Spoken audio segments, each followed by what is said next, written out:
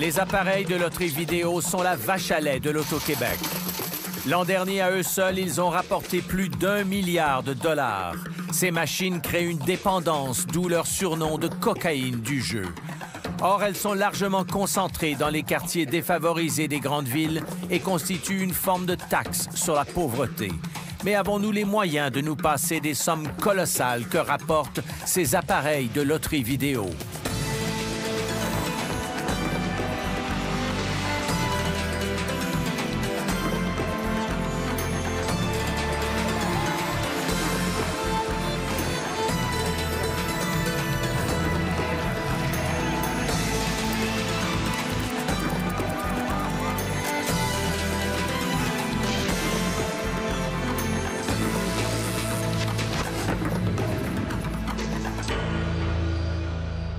Bonsoir, ici Jean-François Lépine. Je vous souhaite la bienvenue à Zone Libre. Savez-vous que depuis 10 ans, les revenus tirés des jeux du hasard par le gouvernement du Québec ont plus que triplé? Et parmi toute la panoplie de loteries, de casinos et de gratteux, ce sont les appareils de loterie vidéo qui ont rapporté le plus. L'an dernier, les Québécois ont misé plus de 4 milliards de dollars dans ces fameuses machines, l'équivalent de 3 nouveaux hôpitaux universitaires à Montréal. Le problème, c'est que ces appareils sont surtout utilisés par une clientèle fragile, des assistés sociaux, des personnes âgées, plus vulnérables aux jeux compulsifs, au point qu'on parle maintenant d'un problème de santé publique. Mes collègues Anne Panassoc et Pierre Devrode ont voulu faire enquête sur l'impact des appareils de loterie vidéo. Le reportage commence dans une petite communauté du nord québécois, l'ancienne ville minière de Shefferville, où le taux record de suicides avait d'abord attiré leur attention.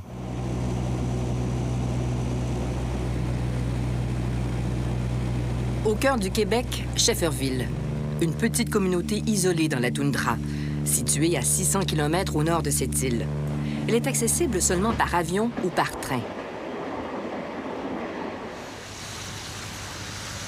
1300 Autochtones et quelques 200 Blancs y vivent.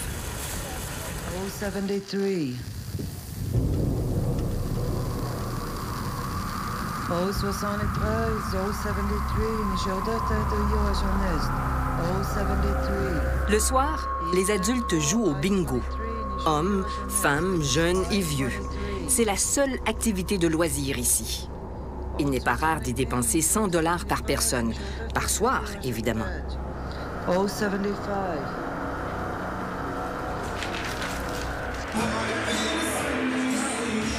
Il y a aussi 2 bars où aller tester sa chance aux appareils de loterie vidéo.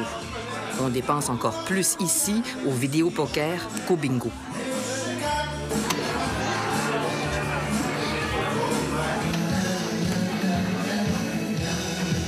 Nous étions venus ici pour comprendre la crise suicidaire qui affecte Shefferville et nous découvrons les ravages causés par les jeux de hasard. Le chèque d'allocation familiale vient d'arriver. Aussi, ce sont surtout de jeunes mères qui, ce soir, misent dans les appareils de loterie vidéo. Les femmes sont gênées d'être vues ici et se cachent de la caméra. Quand j'ai de l'argent, j'aime ça aller jouer. Quand j'en ai pas, je reste chez nous. Je joue au bingo. Puis combien tu vas mettre sur le bingo? 30 pièces. 30.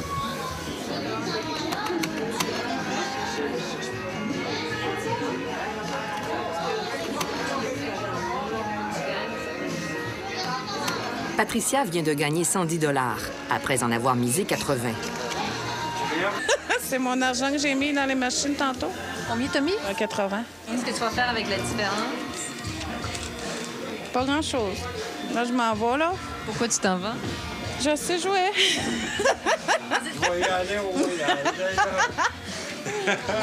Elle est partie jouer à côté, au motel Royal.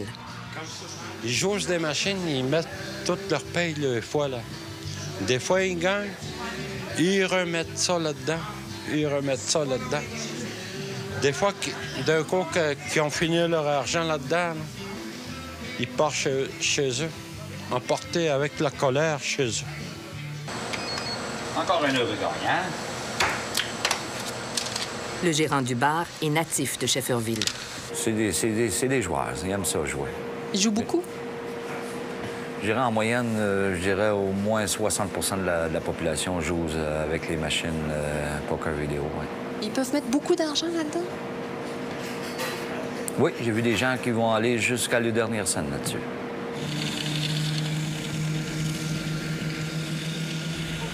Shefferville cumule de tristes records de chômage, de décrochage scolaire et d'enfants négligés.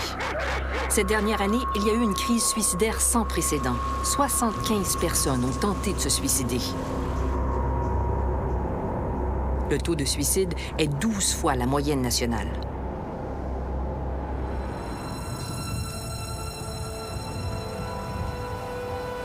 La vie des Autochtones a basculé lorsque la minière IOC a quitté Shefferville.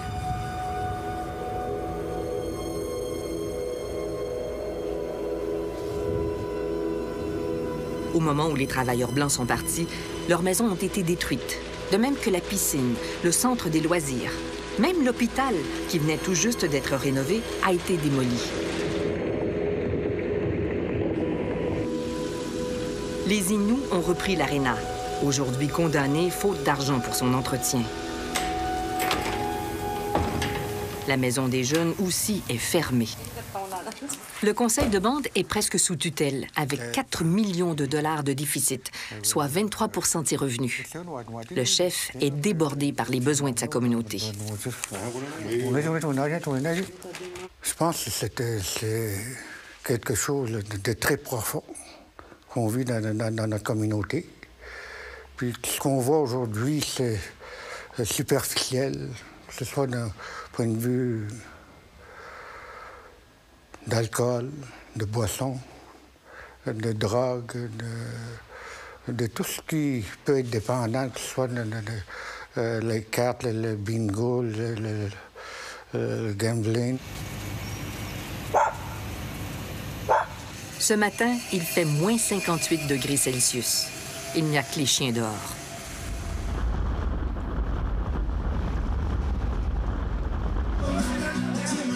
Caroline et Magloire passent tout leur temps libre à jouer aux appareils de loterie vidéo. En 3 ans, ces 2 salariés ont dilapidé 40 000 $. Leur téléphone a été coupé, le satellite du téléviseur aussi, le camion saisi. Ils veulent mettre fin au cauchemar. Des fois, tu gagnais pas avec 1000 piastres. Ça fait mal au cœur. Ah, t'avais mal. Tu dormais pas, tu pleurais. Tu pleurais. Aussi. Vous n'avez rien, on sortait de voyage, t'as rien. Puis là, on s'était toujours dit après qu'on n'y allait pas. Puis aussitôt qu'on avait nos payes, on retournait. C'est fort, hein? C'est fort. Puis on faisait souffrir nos enfants. Ils ont même cessé de pêcher ou de chasser, dévorés par le jeu.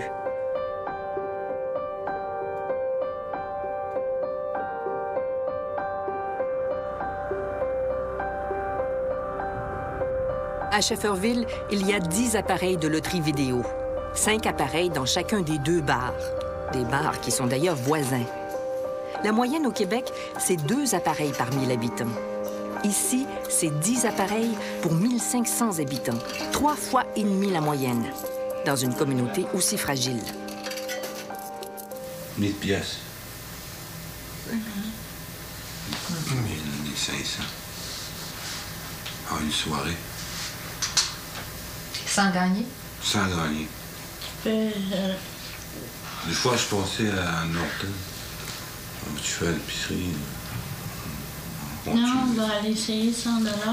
Puis là, on reste là. Ça. OK. On sortit à Montréal, pas de cigarette, de rien. C'était 11h du soir, minuit. Et l'épicerie pas faite non plus. L'épicerie, j'avais rien le lendemain. Puis quand on rentrait à la maison, là, on aurait dit que j'avais peur de mes enfants.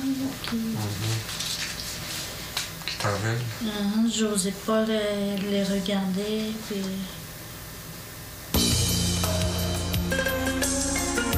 Après la pause, les appareils de loterie vidéo sont concentrés dans les quartiers pauvres.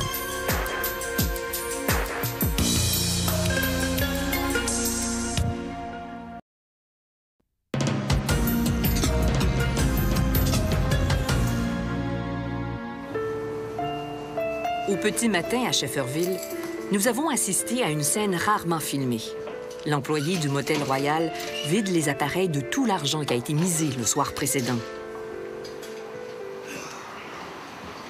D'habitude, ça joue entre 9 000 puis ça peut aller jusqu'à 15 000 par jour.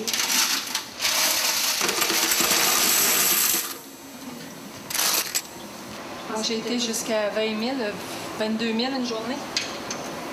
Dans les 5 machines au total. Là. Mais habituellement, c'est toujours elle qui a le plus d'argent. 22% des recettes reviennent aux propriétaires du bar. Est-ce que c'est beaucoup? Ben, ce matin, c'est pas beaucoup. Hein. D'habitude, les doigts, là, pas mal plus écartés. Écartés que ça. À 8 heures pile, l'Auto-Québec remet les appareils en marche, à distance, depuis Montréal. Nous, on a serré 4 469, fait que c'est vraiment pas beaucoup. Une moyenne, c'est à peu près entre 7 et 9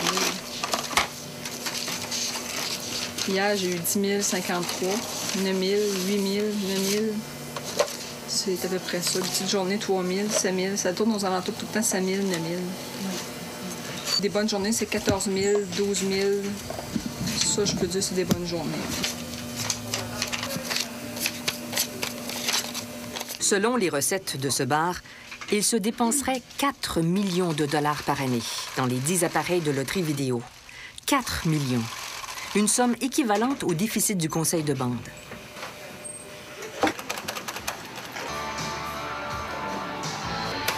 Ici, les appareils rapportent plus qu'ailleurs. 2 fois la moyenne. C'est trop facile d'accès. C'est trop facile d'accès. C'est trop à la portée. Le rêve est au coin de la rue, partout. Mais c'est un rêve qui est pas logique.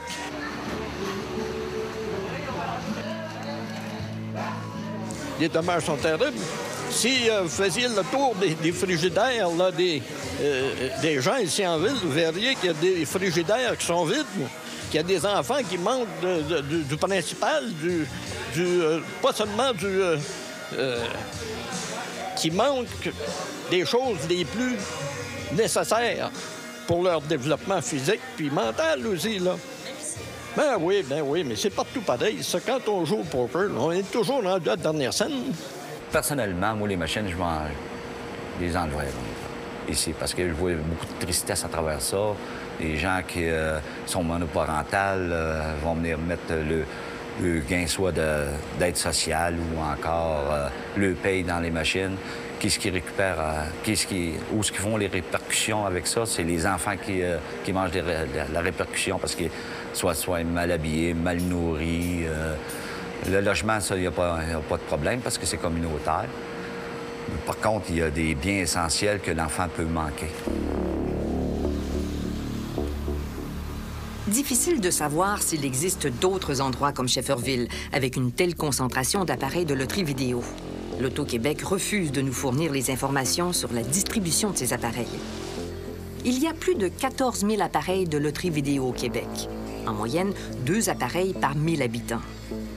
Notre recherche nous montre que plusieurs villages possèdent plus d'appareils que la moyenne. Sur la Côte-Nord, par exemple, Havre-Saint-Pierre possède 16 appareils, 2 fois et demi la moyenne. Les Escoumins, 6 appareils pour une population de 2000 personnes, 2 fois la moyenne. La situation est la même dans d'autres régions du Québec. En Beauce, par exemple, le village de Tring-Jonction a 2 fois plus d'appareils que la moyenne, soit 6 appareils, dont 5 ici. L'an dernier, dans ce bar grand comme ma main, les joueurs ont misé 1 300 000 $.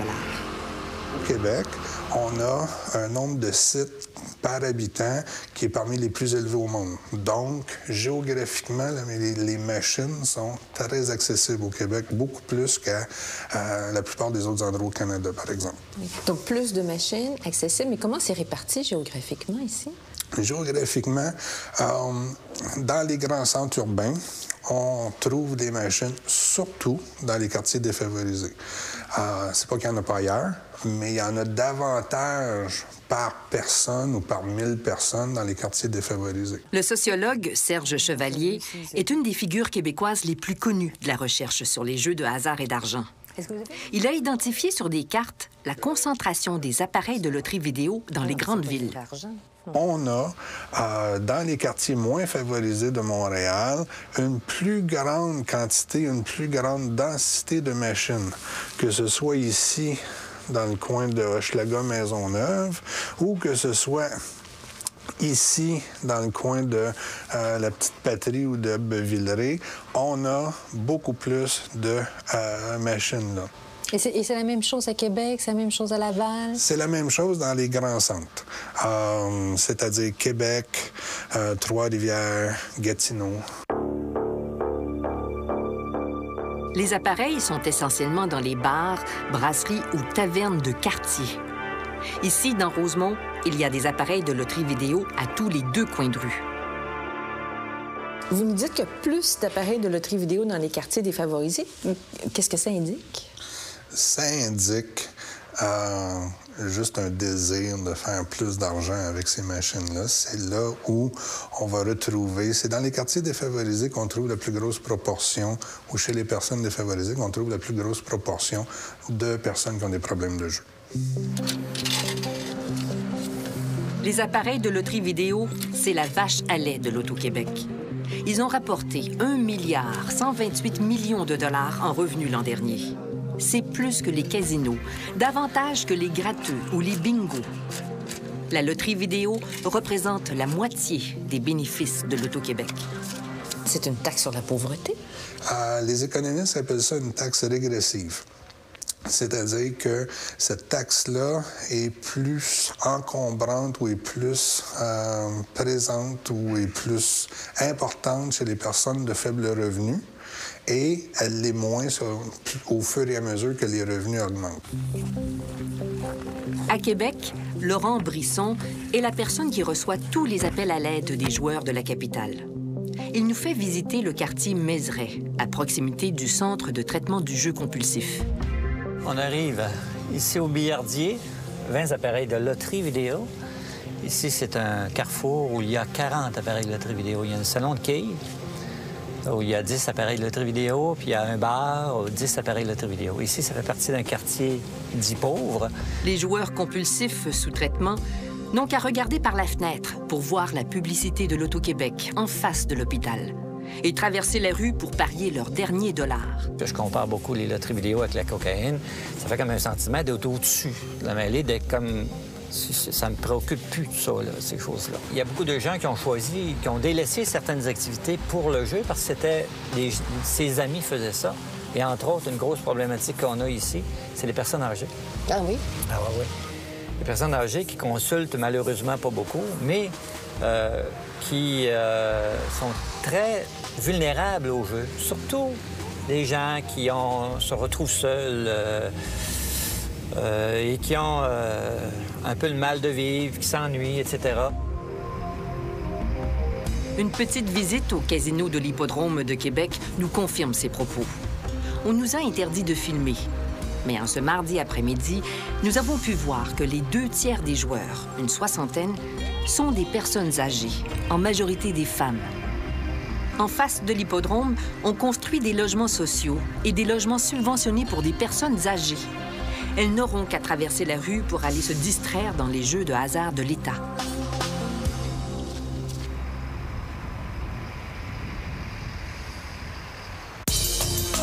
C'est leur salaire, c'est leur fonds de pension, c'est leur REER, c'est la vente de leur voiture, c'est la vente de leur maison.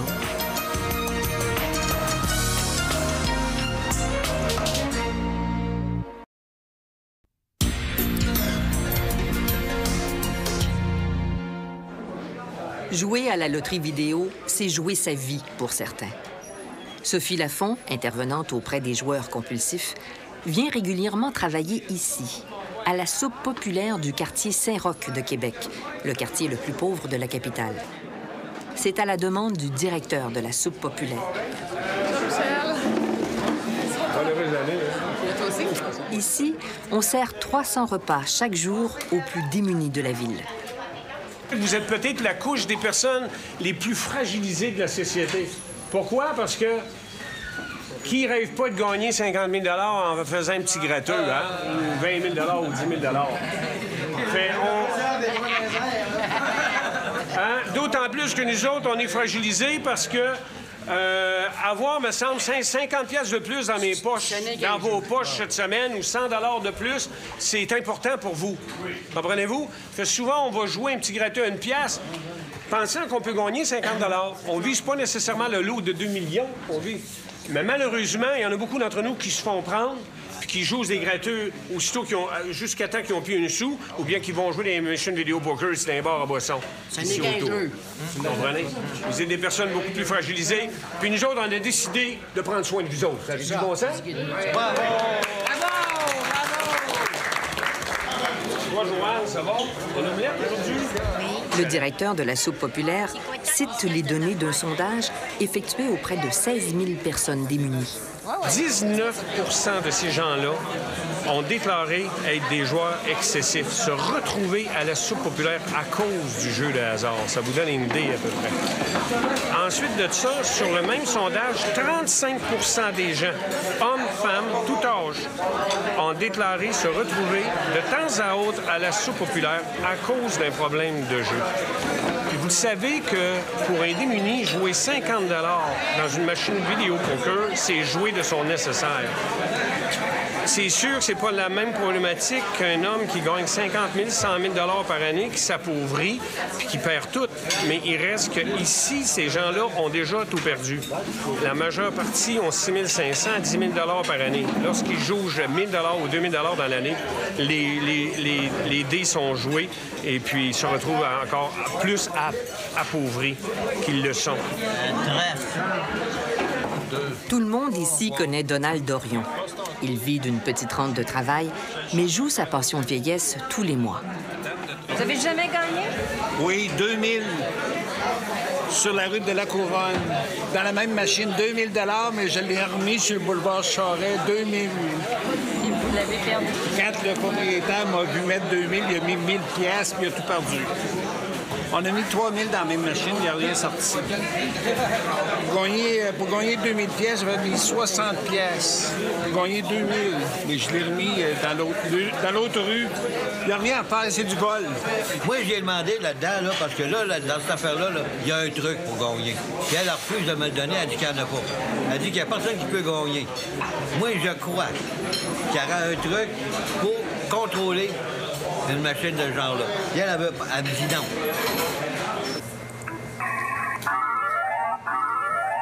Pour Marlène Harvey, thérapeute auprès de joueurs compulsifs, les trucs pour gagner n'existent pas. Ce microprocesseur-là est programmé avec des trillions de possibilités. Mais le microprocesseur est comme un gros boulier. Moi, c'est souvent l'illustration que je prends auprès des joueurs. Un boulier qui mélange des trillions de nombres. C'est déjà pas une fois sur deux qu'on gagne, de toute façon. C'est pas une fois sur deux, ça c'est clair, et ce n'est pas une fois sur 5. Il y a 80 de combinaisons perdantes pour 20 de combinaisons gagnantes. Donc, on s'assure de redonner en gain aux joueurs un montant qui est inférieur au montant qu'on va récolter lors des séances de jeu des gens. 8 fois sur 10, on perd. 2 fois sur 10, on gagne. De petits gains, quelques crédits que l'on s'empresse de rejouer. Plus on joue, plus on perd. Donc, même un joueur qui s'imagine qui devrait, en principe, ressortir avec quelque chose parce que ça fait 5 heures qu'il est sur l'appareil. 5 heures, c'est très peu si on reconsidère la quantité de possibilités qu'il y a réellement dans le générateur de nombres. On n'a aucun contrôle sur la machine. Le seul contrôle qu'on a, c'est l'argent qu'on décide de miser. On sait depuis les années 50, grâce à des recherches cliniques en psychologie, qu'un singe à qui on donne une récompense à intervalles imprévisibles et irréguliers, comme à la loterie vidéo, va revenir sans cesse, dans l'espoir d'en obtenir davantage. Un autre facteur, c'est jusqu'à quel point les concepteurs font en sorte qu'on passe proche de gagner. Ça, c'est un élément psychologique de la plus haute importance. Les gens qui passent proche de gagner on va avoir tendance à vouloir continuer de jouer parce que, justement, ils pensent que s'ils ont passé proche, ils ont plus de chances, les tours suivants, d'effectivement gagner.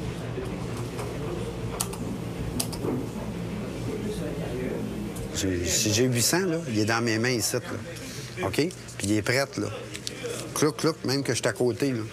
Puis je nourris l'autre à côté, puis je pèse ce piton, puis je regarde même pas, même. Puis je continue sur celle-là. J'arrête pas, là. Je suis une machine, moi aussi.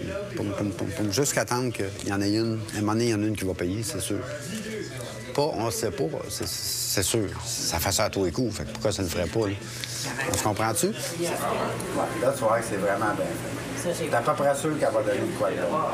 La machine est conçue pour développer la perpétuation du jeu. C'était ça l'objectif premier des machines, pouvoir augmenter les revenus. Mais on s'est aperçu que, justement, ce faisant, on augmente tes problèmes de dépendance. Effectivement.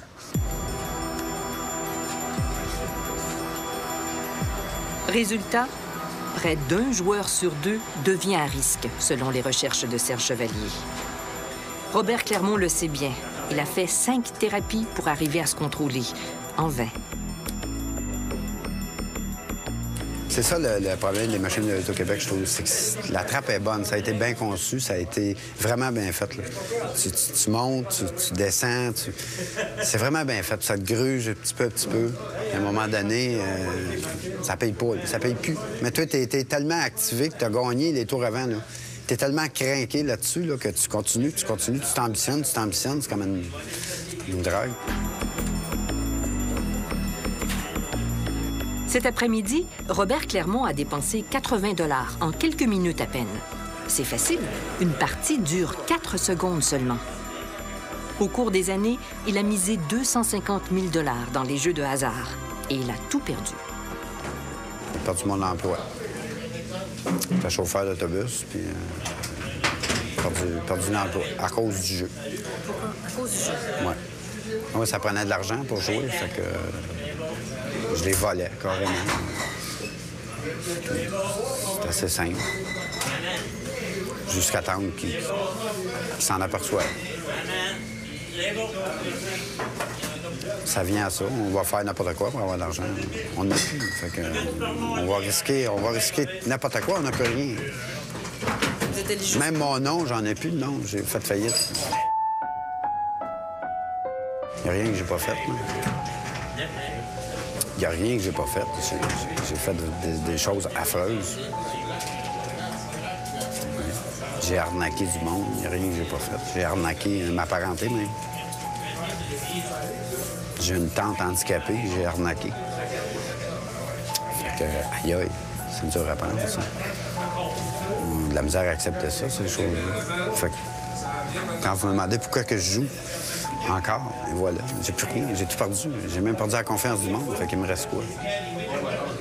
Il me reste ça, peut-être gagner 500 $ un soir, puis me payer du bon temps ce soir-là, puis le lendemain, puis peut-être le surlendemain, puis c'est tout, c'est fini. Dans mon cas, c'est comme ça.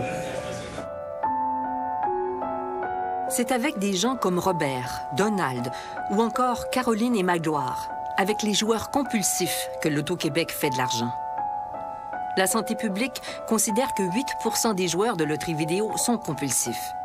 Cette minorité contribue pour 60 % des revenus tirés de ces appareils, soit près de 700 millions $. Ici, en Beauce, nous sommes dans le premier centre de traitement spécialisé dans le jeu compulsif. Tu as, oui, des assistés sociaux qui jouent, mais c'est des argents et c'est des professionnels qui sont ici. Là. Tu rencontres les gens de tous les métiers, là, des médecins, des avocats, des journalistes, des gens du milieu universitaire, des propriétaires de grandes entreprises, des rédacteurs en chef de grands journaux du Québec. Tu as tout. OK? Tu as des ouvriers, tu as des infirmières, tu as des gens qui travaillent dans le milieu chez Vachon, ici en Beauce, de tous les milieux. 6 personnes sont en cure fermée pour 1 mois, tous devenus joueurs compulsifs aux appareils de loterie vidéo. Au Québec, 95 % des joueurs en thérapie sont accros à la loterie vidéo. Lorsqu'ils arrivent ici, ils sont au bout du rouleau. Tu commences à jouer jeune, moi je me dis que tu vas jouer toute ta vie. Tu vas rouler toute ta vie tant que tu ne seras pas rendu dans le fond du baril. Si tu es conscient que tu es rendu dans le fond du baril et que tu es rendu aux idées suicidaires, si tu n'as plus une crise de scène à la caisse, là, puis à la banque, là, que c'est le temps de consulter ou bien c'est le temps de passer au suicide. Yvon a voulu se suicider 2 semaines avant d'arriver au centre. Normand Roy l'aide à faire le bilan de sa situation financière. Est-ce que tu possèdes des cartes de crédit seulement? Non. Aucune? Non, parce qu'elle est faite faillite. Ça date de quand ta faillite? 2002. 2002. Est-ce que tu as un chalet? Non. Des terres? Non, j'en avais un terrain, je l'ai vendu. OK. Des œuvres d'art actuellement? Des objets de grande valeur? Non. Est-ce que tu as de l'épargne aujourd'hui? Non, aucune. As-tu des REER? Non. Pouvais-tu dire à ce moment-là que tu mettais beaucoup d'argent dans la machine? Ben, elle mettait ce qu'elle avait dans mes poches. Est-ce que tu as déjà évalué ce que tu as perdu pendant les 15 dernières années à peu près? Oui. Moi, ça doit aller autour de 160, 170 000, certains. 170 000. Ça va? Vous suivez toujours? 170 000 $ en perte de jeu, c'est une moyenne, selon Normand Roy, qui tient des statistiques sur les 390 joueurs compulsifs rencontrés jusqu'ici.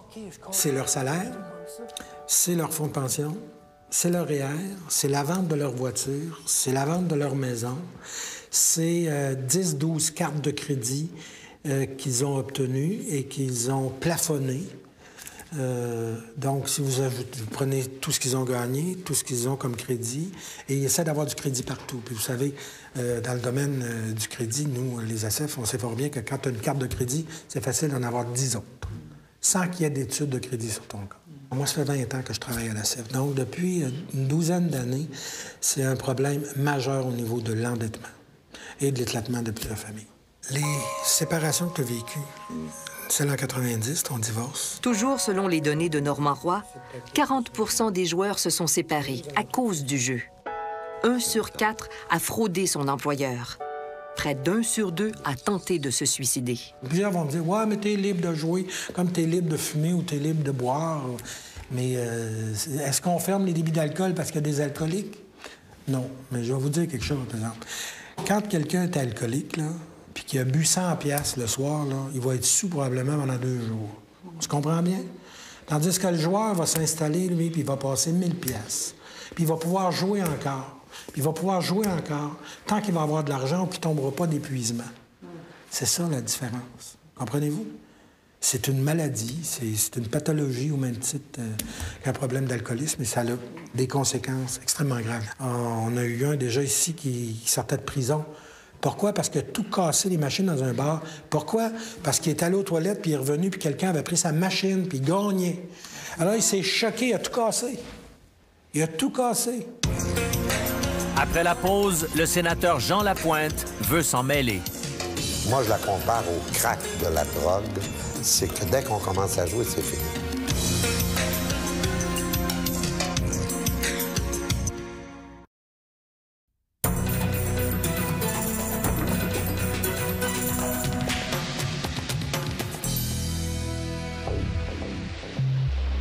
L'an dernier, l'Auto-Québec a versé 1,5 milliard dans les coffres de l'État. Pendant que le ministère des Finances engrange, le ministère de la Santé, lui, dépense 21 millions pour aider les joueurs compulsifs, pour des centres de thérapie, comme ici, et pour la recherche. Un des rares projets de prévention, intitulé Éduc-Jeu, se passe dans le milieu des bars. Sophie Lafont rencontre des joueurs pour leur démontrer, avec le fameux logiciel qui révèle le fonctionnement de la loterie vidéo, que seul le hasard mène le jeu. Qu'est-ce qu'on fait? On en remet. On en remet? OK. Donc 20? Un autre 20. Un autre 20? Oui. On vient de mettre 40 $. Qu'est-ce que tu ferais? On change de machine.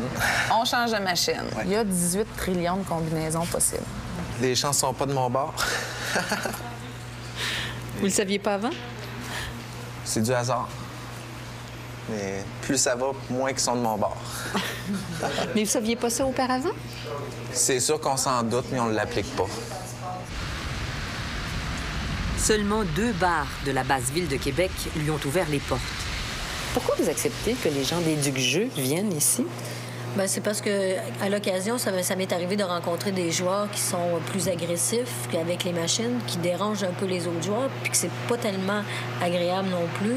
Puis je me rends bien compte qu'ils ont un certain problème, puis j'ai pas la connaissance pour les aider là-dedans. Fait que quand ils m'ont approché, mais à quelque part, je voyais qu'eux autres pouvaient peut-être plus les aider que moi.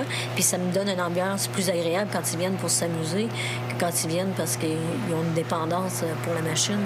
L'ambiance du bar est meilleure, même pour le client qui vient jouer à l'occasion, qui s'amuse, c'est un peu dérangeant de voir la personne à côté qui va fesser plus fort sur la machine, qui parle avec la machine, qui va se choquer des fois avec la machine.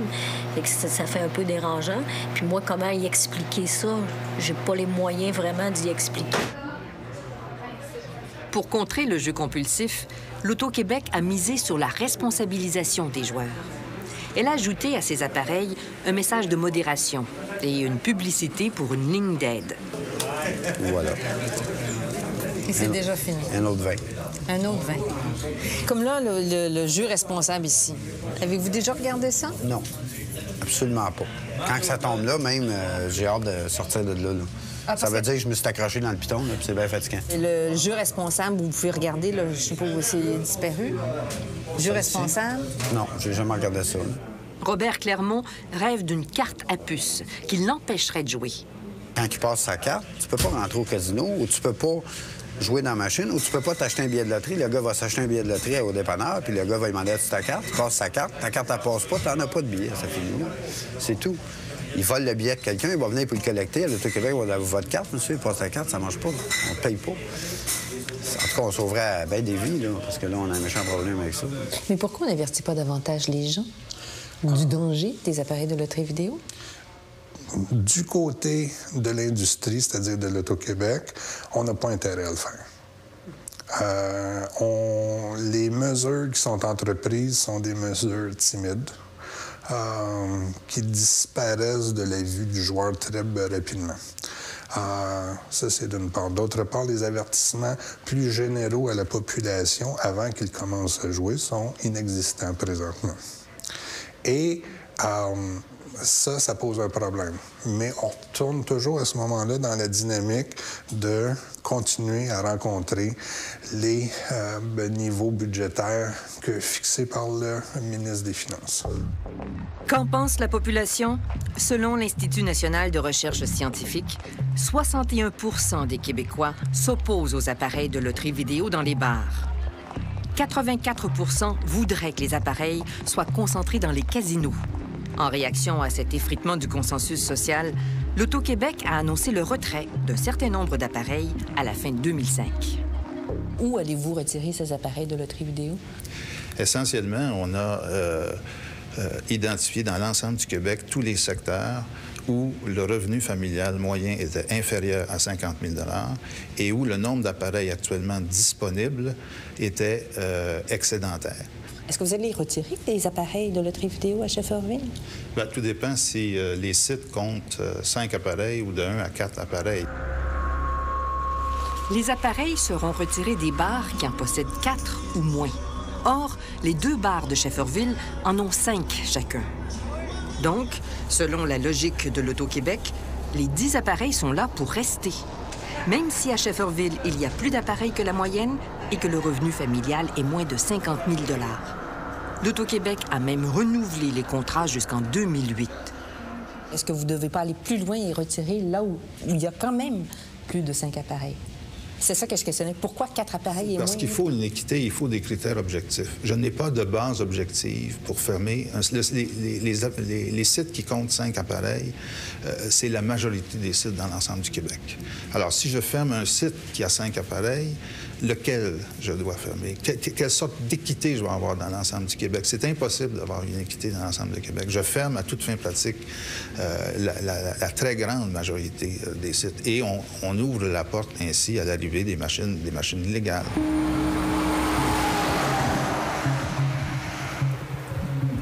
Enlever les appareils de loterie vidéo des bars, c'est mettre en péril la majorité des commerces, selon la Corporation des propriétaires de bars. À Tring-Jonction, en Beauce, Éric Paré se voit retirer son unique appareil de loterie vidéo. Il va recevoir un dédommagement de l'Auto-Québec, l'équivalent d'1 an de commission. Mais après, ce sera une perte sèche de revenus. Si on parle de l'acquis, je prévois que, vu qu'on en avait déjà, je considère que ça en était un acquis. Eux ont déjà un acquis qui est de 5 machines et plus, illégales, mais sauf que nous autres, ben, on n'a pas de décision, il n'y a aucune décision qui nous revient. On subit, on s'en va, on se retrouve ses manches. Mais c'est pas encourageant, là, c'est pas encourageant. La majorité de ces appareils vont être replacés dans des méga centres de jeux ou dans les hippodromes. L'Auto-Québec fait ainsi d'une pierre deux coups. Elle diminue légèrement l'accessibilité et place les appareils là où ils seront plus rentables.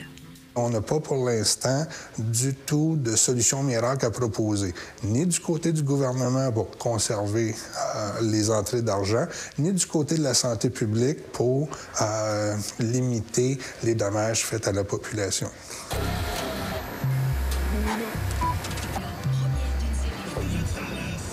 Des joueurs, devenus compulsifs avant l'apparition de mise en garde, poursuivent l'Auto-Québec pour 700 millions de dollars. Ils prétendent que l'Auto-Québec aurait dû les avertir de la nocivité des appareils. Voici ce qu'on peut lire dans le rapport de leur expert. L'appareil de loterie vidéo en est à la 4e génération d'appareils de jeu. À chaque génération, ces appareils sont devenus de plus en plus dangereux. Les gens de l'Auto-Québec savaient, à cause de recherches qui datent depuis un bout, que effectivement, les machines étaient nocives et qu'on pouvait développer un problème de jeu avec ces machines-là. Si je suis en colère contre l'organisateur, c'est que je vois la misère du petit parieur.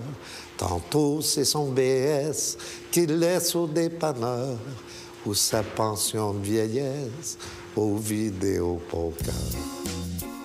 Depuis que l'artiste est devenu sénateur, Jean Lapointe veut faire amender le code criminel pour que les appareils soient interdits des bars et restaurants. Ils seraient regroupés dans les casinos de l'État.